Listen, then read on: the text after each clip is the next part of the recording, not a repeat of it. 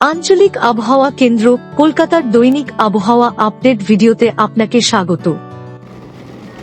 গতকাল সর্বোচ্চ তাপমাত্রা ছিল দক্ষিণবঙ্গে বাঁকুড়াতে 37.7 ডিগ্রি সেলসিয়াস, উত্তরবঙ্গে মালদাতে 34.8 ডিগ্রি সেলসিয়াস।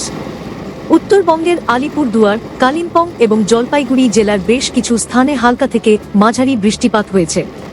কলকাতার সর্বোচ্চ এবং সর্বনিম্ন তাপমাত্রা ছিল যথাক্রমে 33 ডিগ্রি এবং 25.6 ডিগ্রি সেলসিয়াস।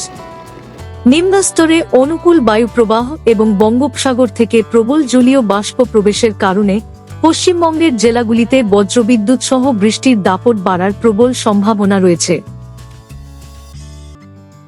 আগামী 7 দিন পশ্চিমবঙ্গের বিভিন্ন জেলায় কিছু কিছু স্থানে হালকা থেকে মাঝারি বৃষ্টি বা বজ্রবিদ্যুৎ সহ বৃষ্টিপাতের সম্ভাবনা আছে, যা মানচিত্রে প্রদর্শিত রয়েছে।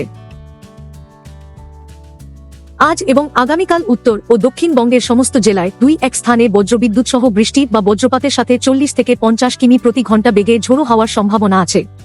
আগামীকাল বীরভূম জেলার 1-2 স্থানে শিলাবৃষ্টির সম্ভাবনা আছে। এছাড়াও বীরভূম, পূর্ব এবং পশ্চিম বর্ধমান আর হুগলি জেলায় 50 থেকে 60 কিমি বেগে ঝোড়ো হওয়ার সম্ভাবনা আছে। চতুর্থ এবং পঞ্চম দিন কোনো সতর্কবার্তা নেই। বাকি দিনগুলিতে উত্তর ও দক্ষিণবঙ্গের কিছু জেলায় 2-1 স্থানে বজ্রবিদ্যুৎ সহ বৃষ্টি বা বজ্রপাতের সাথে 30 থেকে 40 কিমি প্রতি ঘন্টা বেগে ঝোড়ো হওয়ার সম্ভাবনা আছে।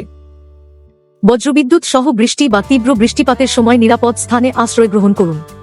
গাছ, বৈদ্যুতিক খুঁটি বা দুর্বল বা অনিরাপদ কাঠামোর নিচে আশ্রয় নেওয়া থেকে বিরত থাকুন এবং জলাশয়ের সংস্পর্শ এড়িয়ে চলুন।